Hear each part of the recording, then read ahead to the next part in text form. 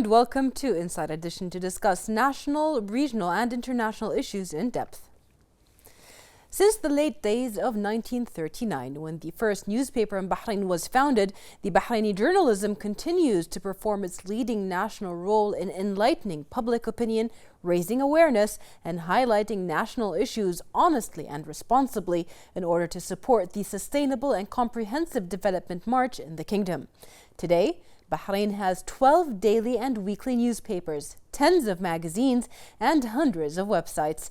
Article 23 of Bahrain's constitution guarantees the right of opinion and expression by saying freedom of opinion and scientific research is guaranteed.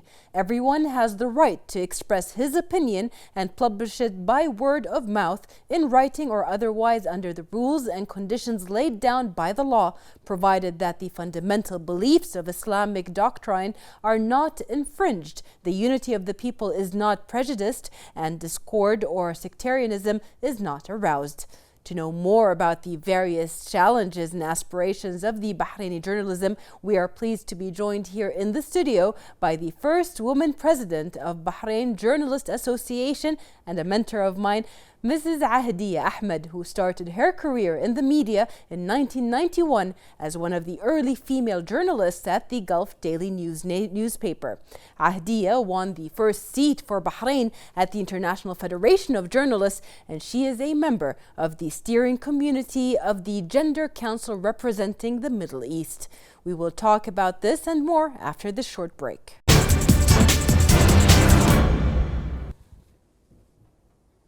Welcome back. Joining us in the studio, as I said before, is Ms. Ahdiya Ahmed, who is a personal mentor of mine. Thank you so much for your constant support. And that's actually one of the main reasons we are here today, because you have made history.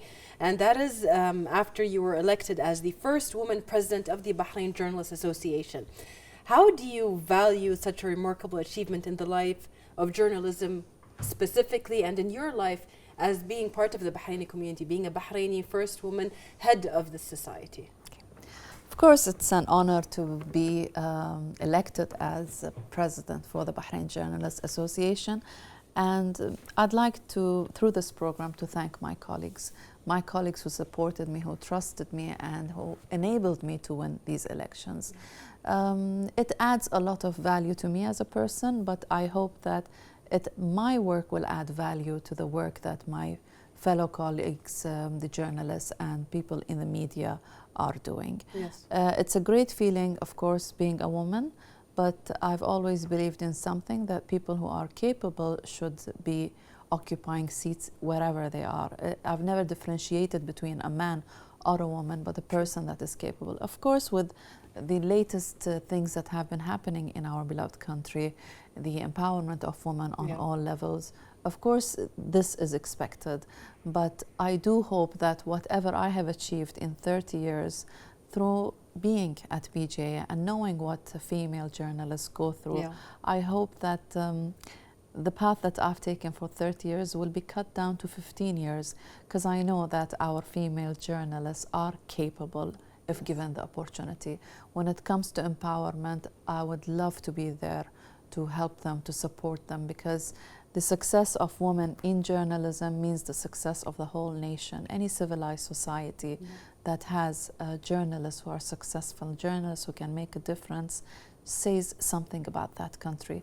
And however way I want to describe this, of course I have more passion towards empowering women, and that shouldn't upset our male colleagues. For many years, our male colleagues have been occupying the highest positions, the highest position jobs in the media sector, and I'd like to see by the end of my term, which is 2 years, women heading, becoming news editors, more becoming chief editors. I want this place, this building that I walked in, to have more female journalists running as in higher administrative posts, and this is the least that we can fight for and the least we expect from our male colleagues to support us. Definitely. Ahdiya, the Bahrain media scene has always been very strong. Do you take those initial resources that you have always used with you now in the society, in the journalist society? I always, Sarah, try to apply certain things that I believe in. They might be the wrong thing, so I'm open to discussion, really. I always believe that the journalist on television or in a newspaper has to draw a line between fact and opinion. The moment that you start giving your opinion in a story, then you lost your credibility as a journalist. Right. It's facts. Facts is everything. I always believed in something, and many might disagree with me.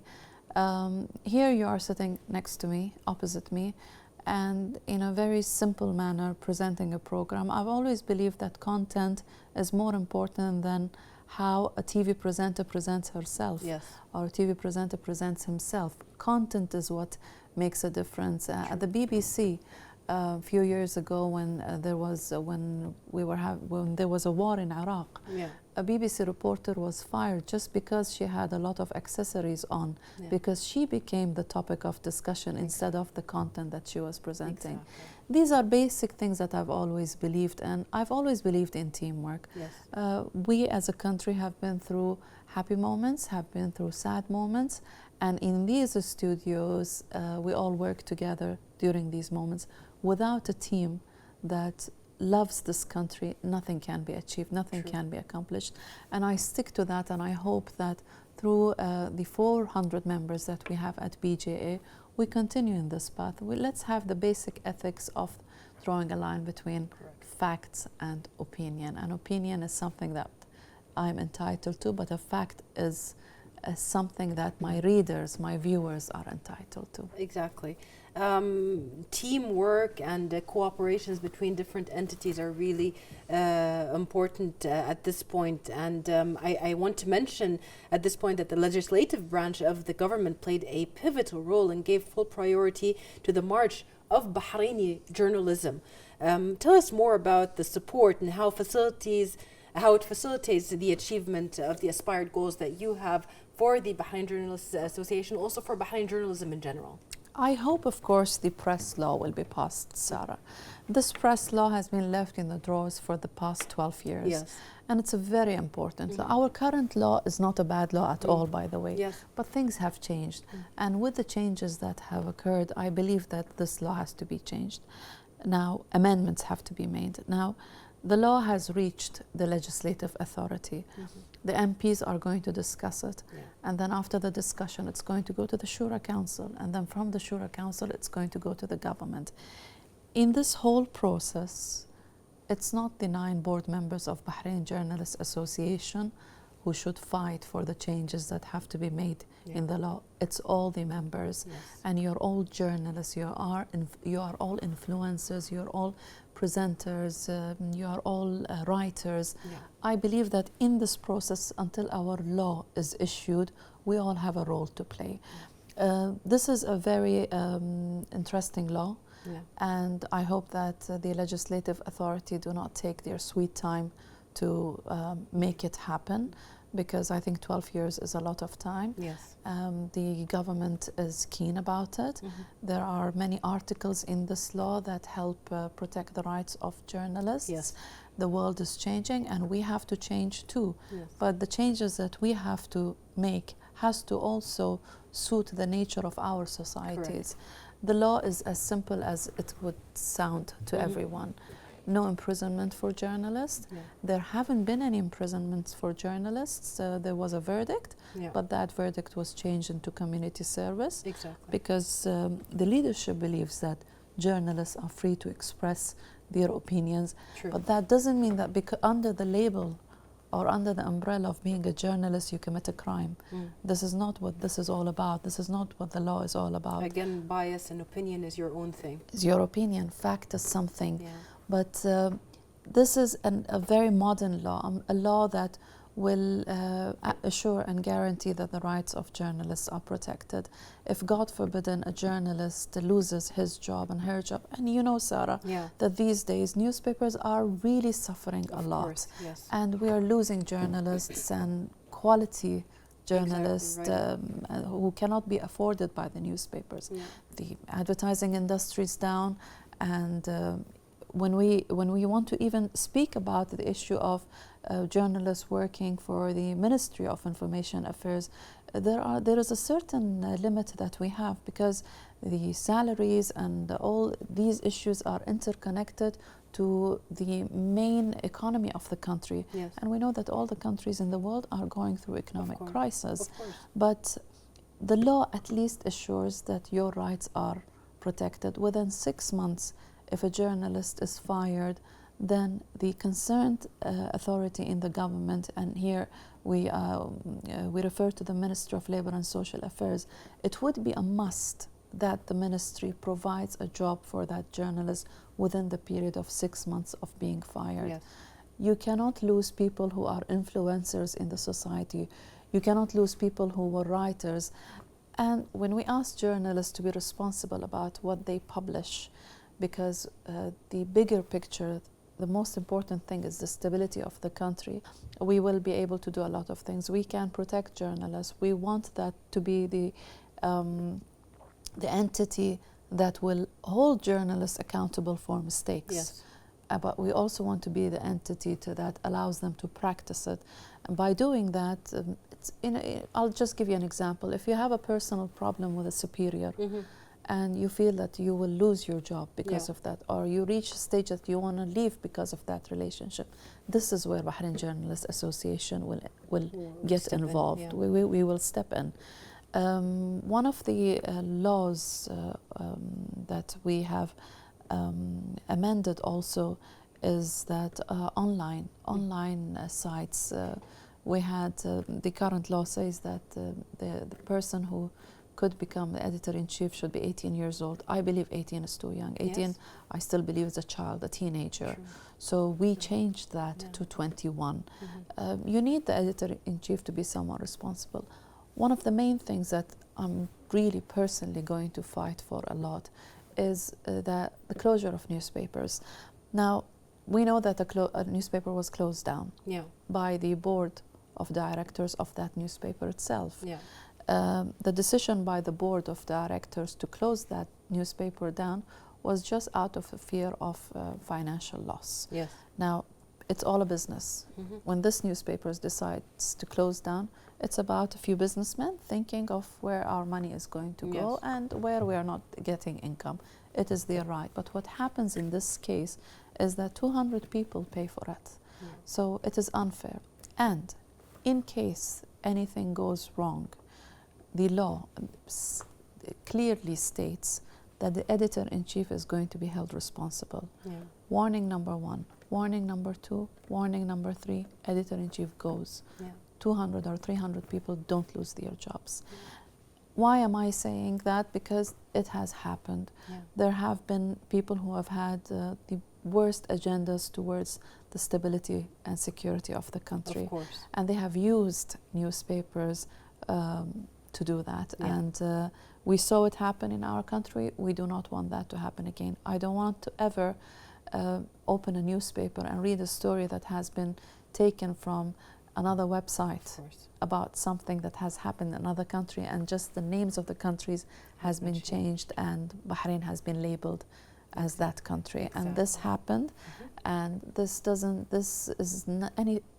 nothing to do with the journalistic ethics and principles, and we don't want that to happen. So we want to have more authority to work closely with the newspapers to protect them and to protect our journalists who are working there. Exactly, and when we come to several factors that you just talked about, for instance, first factor is that a lot of journalists have lost their jobs, and the reason is the economic crisis, and also because there are so many new graduates within the field of journalism as well that have not gotten their training.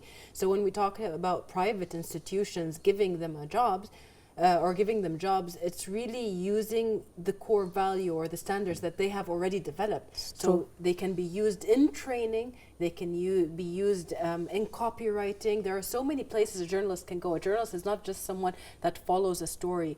A journalist is a person that follows a story to really bring out the truth behind it. And they have been used in police statements. They have been used in court.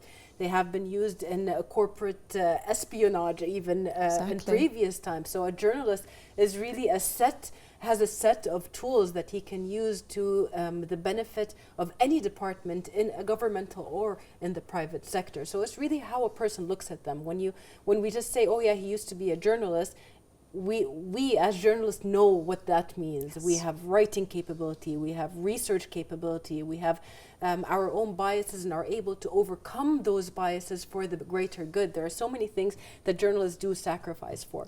On the other hand, also the point that you mentioned about the newspapers, it is a very sad factor, and we know with the improvement or the development of new technologies that newspapers have become a story of the past, but the writers have not become a story of the past. And also, I think that personally, this is again my opinion, that the entrance of social media has sort of faded the lines between real journalism and between opinionated journalism. So when you have a real journalist where we have studied and followed the story, we have a certain policy and tactic, it's different than someone that just came out in social media and happened to be in the right place at the right time and talks about it. So we really have to differentiate. One is official and one is an opinionated media. What do you see about this blurry line between social media and journalism? I was at an event, Sarah. It was called Defend Freedom of Media. Mm-hmm. And there were activists at this event, and I'm glad you brought up that question, because activists are not journalists. Mm-hmm. Activists on social media are not journalists. Yes. Journalists are journalists who work for mainstream media and who have been accredited as journalists, whether they have studied it or they practice it. Correct. But these days you hear something new coming up. Citizen journalists. Citizens are citizens, journalists are journalists. Correct. And that doesn't undermine the importance of what citizens have to say. On the contrary, citizens have the freedom of expression. Yes. But the journalists have ethics about conveying the message. They are the voice of the people. As much as the MPs are the voice of people, I believe the 400 journalists are even a louder voice of people. Yes, they have built credibility over years. Mm-hmm. They do not serve for a term and leave. No, they have been there for years. People trust them. People tell them the columnists are heard. They make a difference. There is a line that we have to draw between who journalists are and who social media activists are. A social media activist who promotes makeup and has 200,000 followers is not a journalist. Yeah. And I respect what people do. I respect the role each and every person plays in society. Bloggers, they promote, they market items and articles. There is a market, and the market needs to see what is available. Yes. But are they journalists? No. And it is about time that in our bylaws of Bahrain Journalist Society, we're going to change a few things, and we're going to specify who is a journalist. Now, I'm sure that you have heard the word in Arabic, إعلامي. Yes. إعلامي in English, media person. Yeah. It hurts me to see the word used. Yeah. By likely. It hurts. Mm-hmm. After building your career and seeing your colleagues build a career in the field as media, a cameraman standing behind this camera is a journalist, because the shot that he takes, the video that he takes for the next 5 seconds is probably worth much more than millions of words. True. They are journalists, but by actors are actors, actresses are actresses. Yeah. But you cannot be labeling them as إعلاميين or media person. Yeah. And this is something that I hope that we as a society all work together to make this clear, because you feel that you have worked on something for so long and you have built an identity, and this identity is being stolen. Activists on social media aren't journalists, and I know that this will upset many people, but they are not. And activists end up, this is what I see. Yeah. I still believe that journalists are very responsible about each word that they say, because you represent an entity. Anything that you write on social media represents you as a journalist, and you have an impact on society by what you say. Yes. Social activists is basically people who, everyone on Twitter, and everyone on Twitter with the real name or with a fake identity, are they journalists? That's the point, really, because when it comes from us as journalists with our special license, hopefully at some point, we have the backbone of the government, of our work ethics, of our education, everything that we've worked for. And by all means, an activist can become a journalist, but please follow through the same steps we did in order to be accredited that way, in order to really, when we say something or when we talk on television, a lot of people confuse the fact that we are being told what to say. That is not true. We are given facts, and the way we say them is our way. Nobody tells me how to read the news or how to convey it. I'm given facts. I will not change the facts because they are facts. But other people, without mentioning specific people, but a lot of people will twist the facts in order to please the viewer or please the listener. And this is where we say there is a definite line that has been breached. Of course. And that's not ethical at all. But one of the things, Sarah, that you brought up, and I'd like to go back to it if you don't mind, is the issue of freedom of expression. What does the Constitution say? Does the freedom of expression mean that I'm free to express anything I'm thinking of, I feel like saying? If that will result in inciting hatred, is that freedom of expression? Is it wrong to say that being responsible and self-monitoring is important? No, it's not. I agree with it. There are many people who fight for freedom of expressions. They may disagree, but they are the same people who have different cultures than we do. True.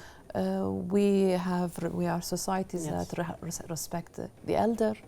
We are societies that do not make fun of the underprivileged or there is a big difference. Societies are different. You cannot have that freedom in a country and compare it to the freedom you have and you say that you want the same thing. The same thing in other countries has also led to disasters. I believe that under the umbrella, and because we have a leadership that is so wise, and they have given us that privilege, and they are told as journalists, you're respected and you can express what you want to say. Does it mean that I take that for granted and incite hatred and start something sectarian? Or I cannot do that. When we were elected as a board, we went and we visited His Majesty the King, and I can never forget what he said. He said, I've always told everyone, all of you, you're free to express what you want to express. And when you hear that directly from your leader, I think the sense of responsibility should grow with that word. And it should not be abused. On the contrary, it should be used in a constructive manner to build your country. I hope that this is how everyone takes it, so that we can all achieve something good for our country. Inshallah. We have always been very proud of all of the heads of the Bahrain Journalists Association. Mr. Mu'nis Al-Mardi was there previously, and I've had him on the show talking about freedom of speech and so on. And we are very proud also to have you, a woman of your caliber, a journalist of your caliber, to be leading the Bahrain Journalists Association, because it feels like home, like we have a haven for journalists. Thank you. At this point, we'd really like to congratulate you on being chosen by the Arab Women Organization to join its leading authority in recognition of your dedicated media and press work, as well as your keenness on highlighting national issues specifically and the role of women in international forums. How do you value a recognition like that? Of course, it means the world to me. I hope that through the Arab Women Organization, I can do something not just for women in Bahrain, for women in the Arab world. I've always believed that we have been left behind. Women in the Arab world have been left behind and had they been given the opportunity, they would have reached, well, the sky doesn't have a limit. Yes.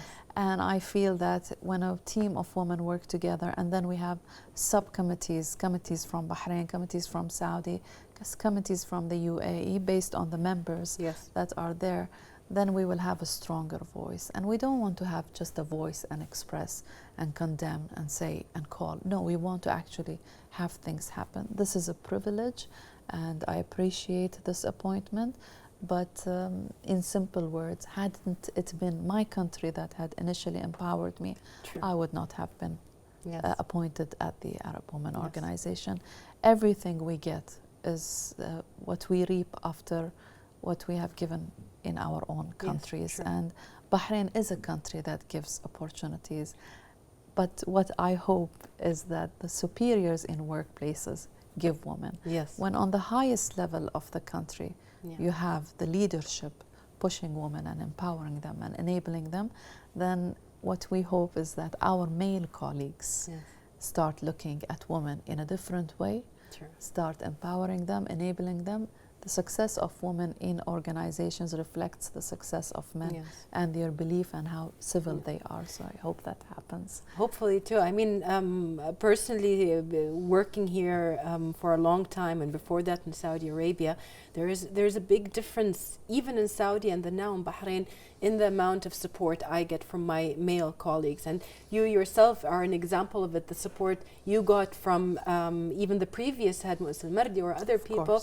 It's always been there. But these male figures or these colleagues have been working in the air and have all of this knowledge that they've taken from all over the world. So they brought it in and they helped us do it that way.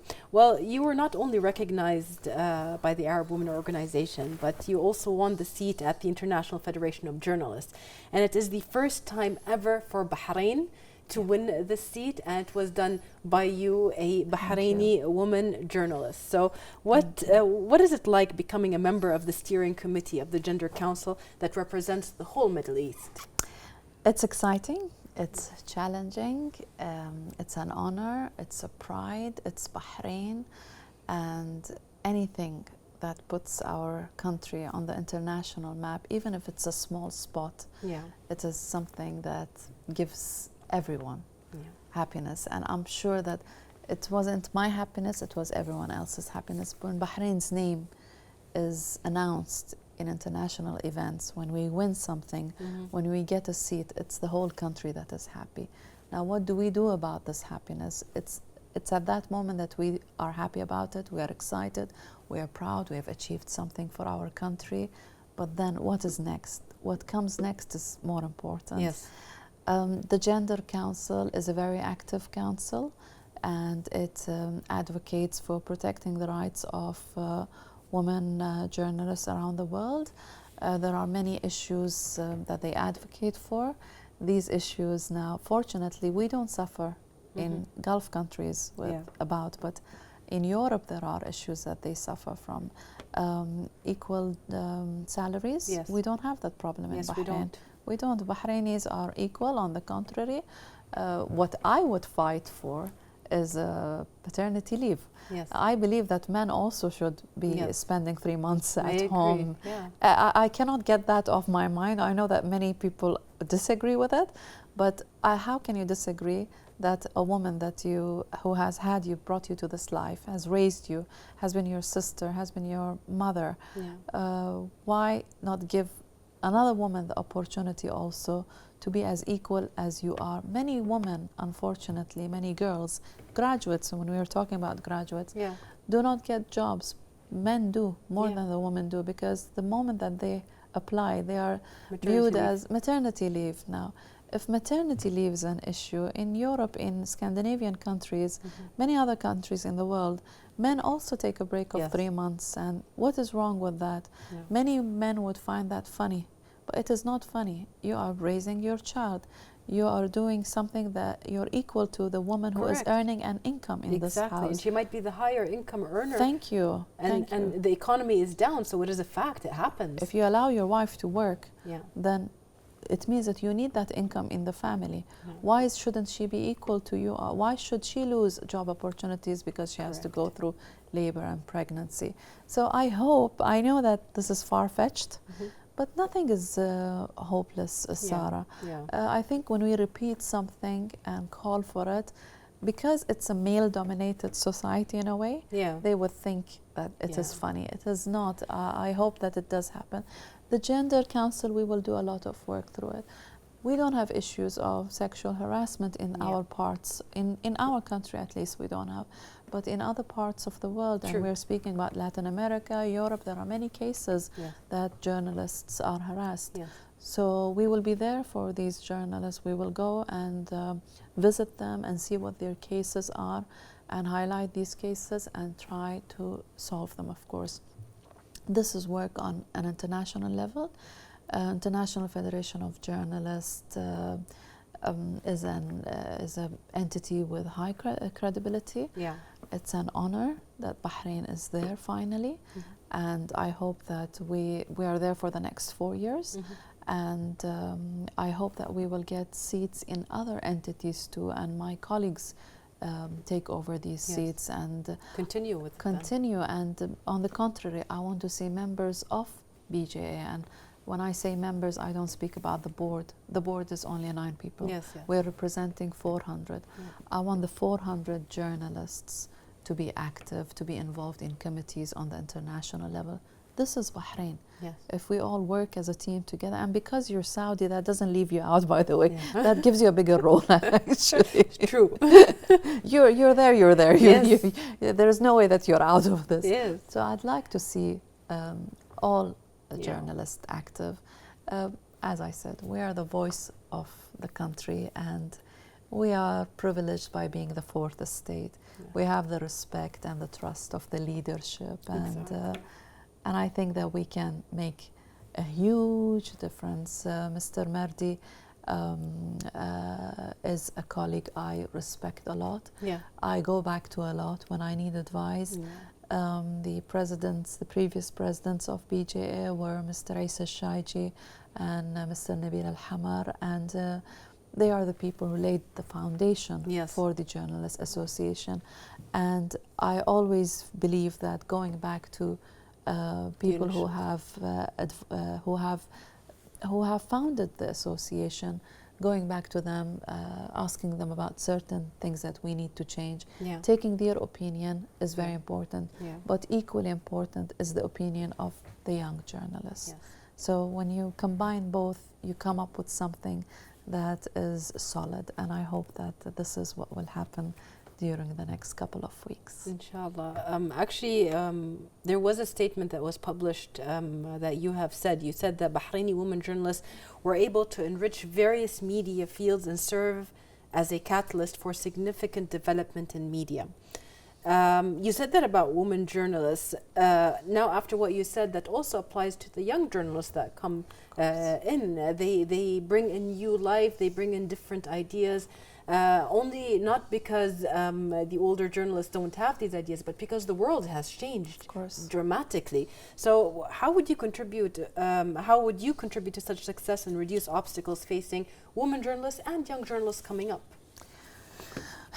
To be honest, young journalists coming up, the first obstacle that they will face is jobs.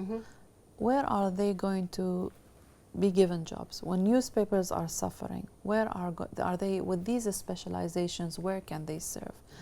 That question can simply be answered, as you said, that journalists have a lot of talents. The basic talent that journalists have is communication. It's a world of communication. So private companies, PR organizations will have places for journalists.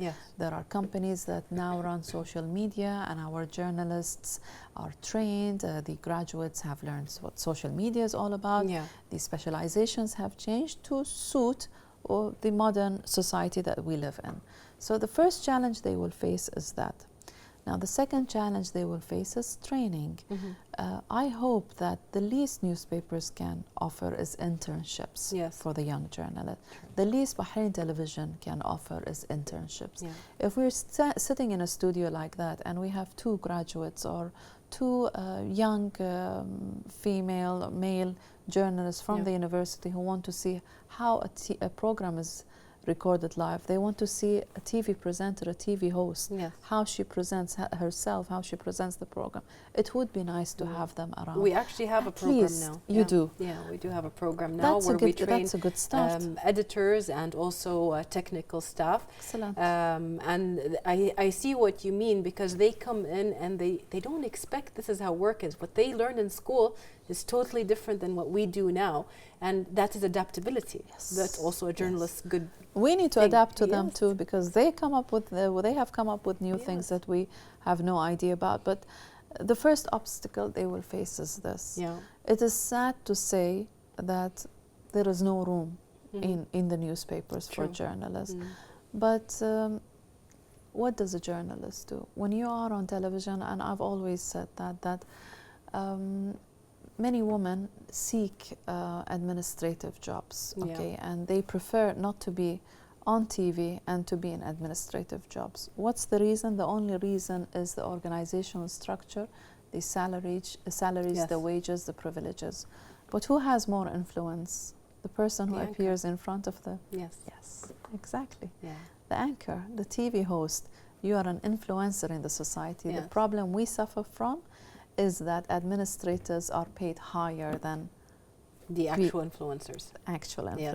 Now, this has to change, and I hope that eventually this will be considered, because presenters, I will not call them stars. Stars is just a very small world. It undermines what a journalist is all about, but a journalist is everything. We're the frontliners. Frontliners, the people behind the camera, as I said, with one shot that they take, that's a story.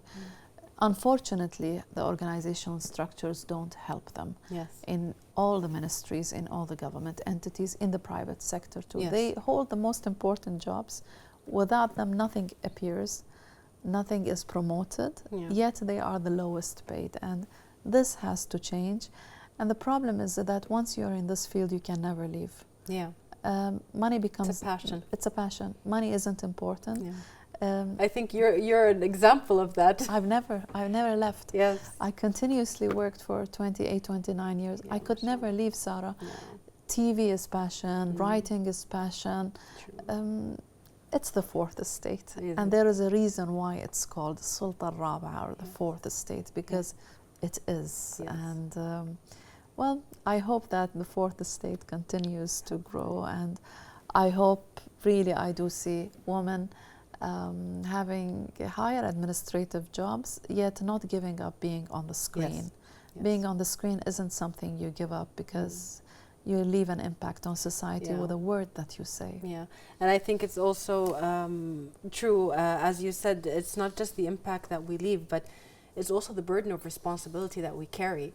Like every single word we say is held to us. We might have not written it or haven't put it together, but it is always related back to us. And we've seen all around the world where journalists were threatened, their lives were threatened because of something they said on TV, when in reality it was actual fact content, but because she's the frontliner or he's the frontliner, this has happened. So there's a safety issue as well. Yes, it has happened.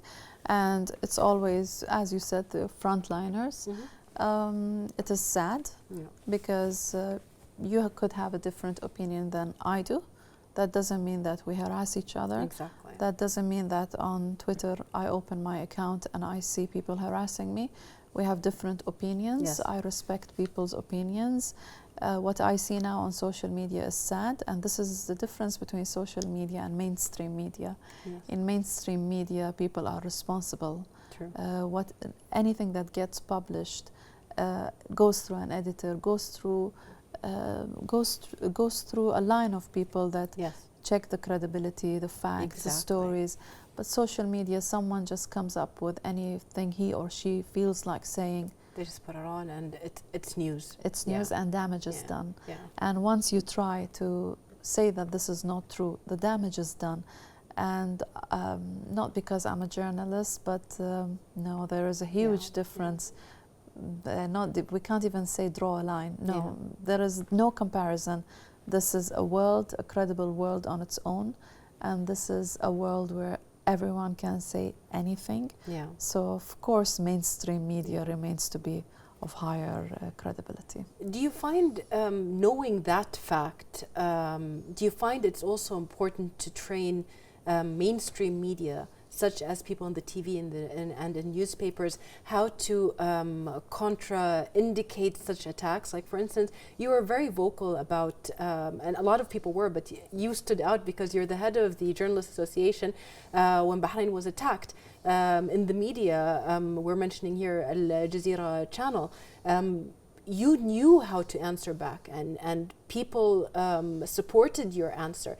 But we also saw that a lot of other media personalities didn't know how to approach it. Do you think training or awareness is important? That's an excellent idea. Of course, if we as media people don't know how to approach, who does? Yeah. This is our game. Media is our game. Media is our passion. It's our job. So instead of one person fighting back, you can have 400 people fighting back. Yes. It is a pity not to have that, because we have the capability and we have the people and we have the expertise. And if it takes training people how to use social media, I don't think that we're journalists. We should never stop learning. We should go to take refresher courses.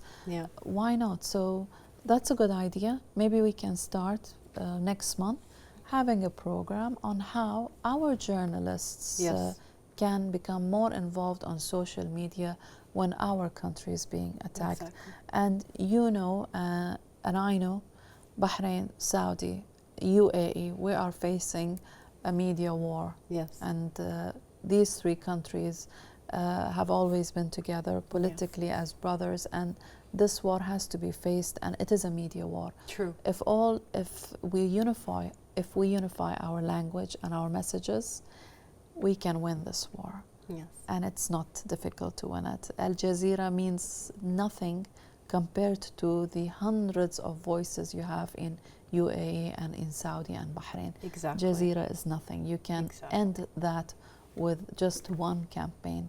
I know that this is possible because we are strong, and we have seen during the past few days on social media how active our journalists have been. We need to activate this and have a stronger voice, not just in our country, but to protect our country and protect our neighbors. Yes. Well, initially, the idea of doing Inside Edition, this program, was to show people the relationship between Bahrain and the international community and put that link. And I think today we were able to do that a Bahraini journalist, previous head of TV shows, previous head of TV news, and also an accomplished columnist, writer, editor-in-chief, everything that you have done, you represent us as well. And thank you so much for being with us here today and answering our questions. I hope we'll have you again when we have some updates on any training programs. Anything you'd like to add at the end? I'd like to thank you, Sarah. And thank you for what you're doing for media. You've been doing an amazing job, and the episode was amazing. I wish Inside Edition the best of luck, the team, the producer, Dua, Ali, cameraman, the whole team. I wish you the best of luck, and these are the programs that we need. We need to highlight where we have reached, what we have done. Bahrain has a lot of stories to tell. Yes. And most importantly, to be told in that language, in English. Exactly. I think that our messages have reached the Arab world. We all know where we are, but internationally we have to have a louder voice. And this is why this studio is important, why you are important, and why you add a lot of value to the messages we need to convey. Thank you very much, and the best of luck for the whole team. Thank you so much. We would like to thank you, dear viewers, for being with us today, and we'll see you next week in another edition of Inside Edition.